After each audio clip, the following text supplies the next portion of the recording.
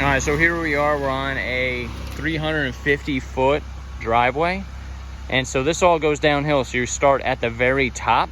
And what I do is I take my downstream injector and I pre-treat all this and I let it sit. And then what I do is each square, I usually do 2 squares at a time, and I do the outside, and then I come in and then I do the inside. And I'm using the flatbed with the 8-gallon-a-minute machine, so you need to make sure that your surface cleaner is tipped for that machine. We have an 8 and a 6 on the flatbed, and then we have 5.5 machines on all the residential trucks. When you go ahead and start this, you always want to tilt it on the side because you don't want to leave any rings. You start it on the side, put it down, always keep it moving.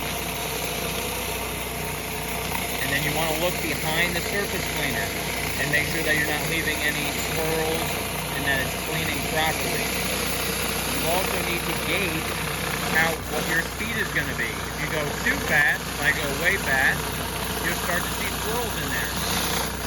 You have to gauge as a professional how fast you can go. And it depends on what you pre-treated. It depends on how dirty it is, the mold and mildew.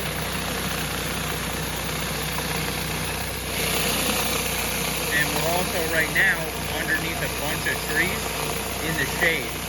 So this is going to go slower than down there. So you want to make sure that you're not staying the same speed on all your surfaces, because then you're losing time.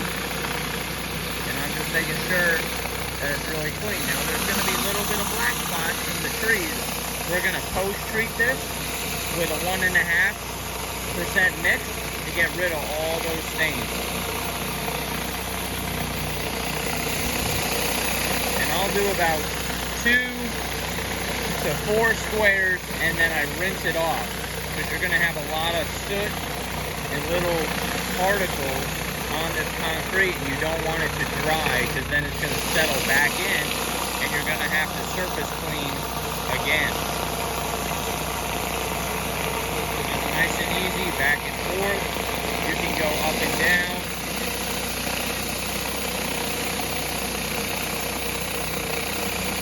But I love boxing myself in and then finding my line.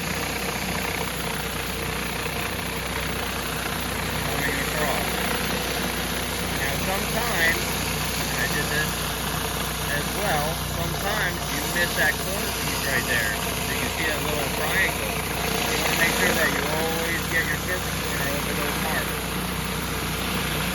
And if you come to the end of the driveway, you want a solid line. You don't want it to look like King Arthur's castle, where you got these little circles at the end of the driveway. So I had Ryan's truck, because we have 2 trucks on this job. We had water going to Ryan's truck, and then we just switched it back to my truck so we can keep the water on both trucks full. We got good pressure here, so we don't need to worry about that. We can fill my tank up, and then fill his up, and then go back.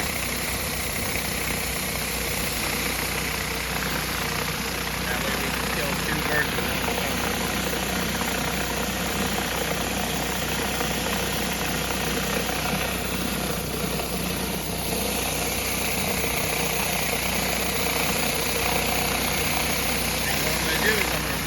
Now, and I'm going to pre-wet my next section. I'm going to pre-wet these squares right here so I can go ahead and do that.